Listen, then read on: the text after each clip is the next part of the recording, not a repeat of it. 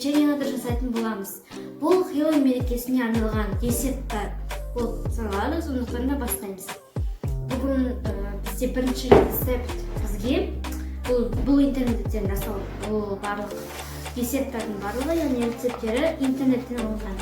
Бізге негізі жүріп тұрған бөлме температурасындағы сары май керек, менде осындай. Бірақ та бізде сары май еріп тұрған жоқ. Оны ыдысқа саламыз. Енді осыны вилканың көмегімен былай еземіз.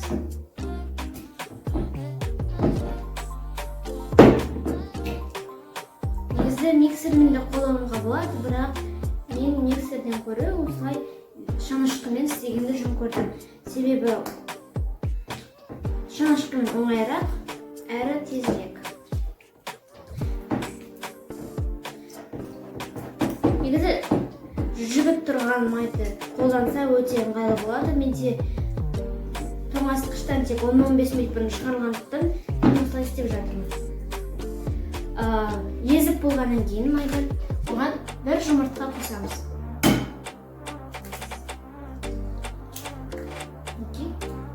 Бір жұмыртқаны қосып болғаннан кейін бізге қант керек болады. Қантты да қасықпен саламыз.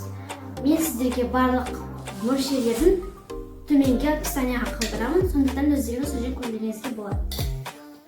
Мен көз мөлшерімен тәтті болса тәттірек салуға болады. Мен қатты тәтті болмаса да примерно шамамен осылай қостым. Және де бұларды жақсылап вилканың көмегімен араластырамыз.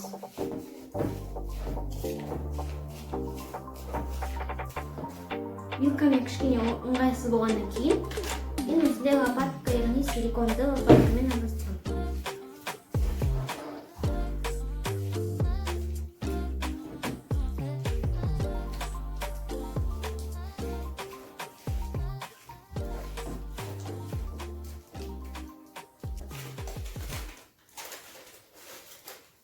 Де қамыр қосқыш кәдімгі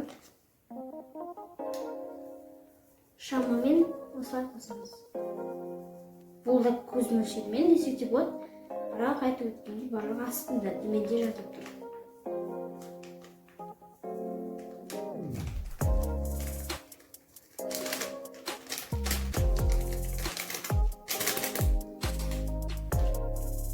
Осылай араластырамыз.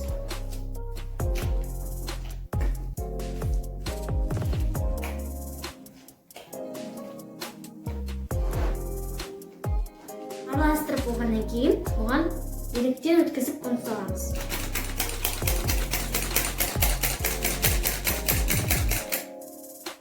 Еліктен өткізіп салған маңызды, сол кезде жақсы көтеріледі қамыр. Міне болашақта печенье жұмсағырақ шығады. Егер печеньеміз жақсылап қытырлақ болғанын қаласаңыздар, крахмал қосуға болады. Духовкаға саламын, яғни пешке. Кез келген пешті қолдануға болады.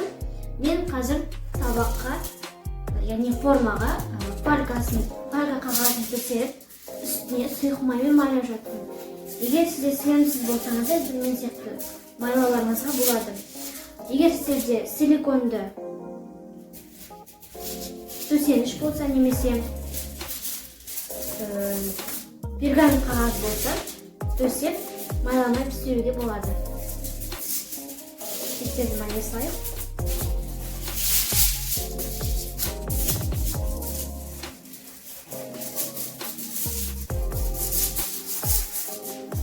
Болды. Енді ең қызық жер басталды.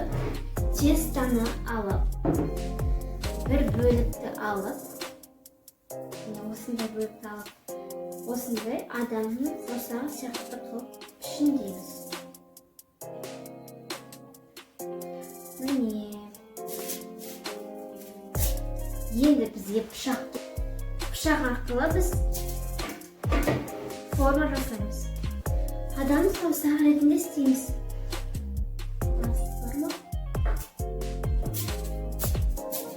Кімнің өз фантазиясына байланысты. Және де бізге осындай миндаль керек. Миндаль жаңғағы. сосын бұларды жуып мына жерге қойып қоямыз. Міне біз бірінші печенье дайын болды. Дәл осылай тесто біткенше істеп шығамыз.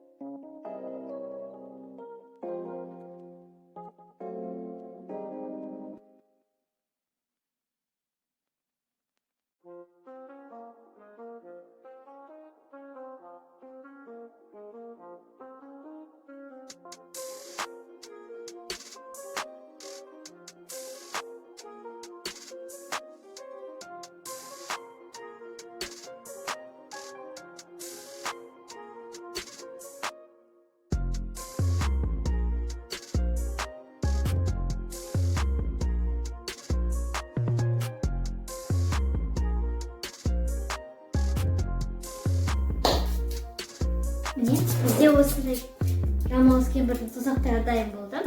Енді мен осы видеоны істемес бұрын газды қосып қойған болатынмын, яғни ол қызып тұру керек. Қызып тұрған пешке 15-20 минутқа қойып тасқым келген нәрсе бұл рамалыс кемпірдің тырнақтары. Соңғы кезде рамалыс кемпір семіріп кеткен сияқты. Саусақтары істемес. Енді осында көреміз.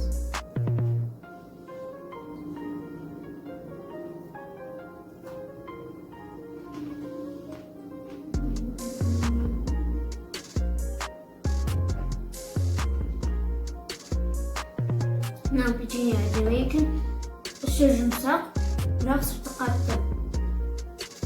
Өте күшті. Өзіңізге қажетті бір нәрсені ұққан болсаңыздар, міндетті түрде лайк басамыз, және де арнама тіркелеміз. Менің басқа да әлеуметтік, яғни Instagram және TikTok каналыма тіркелуді ұмытпаңыздар. Келесі кездескенше.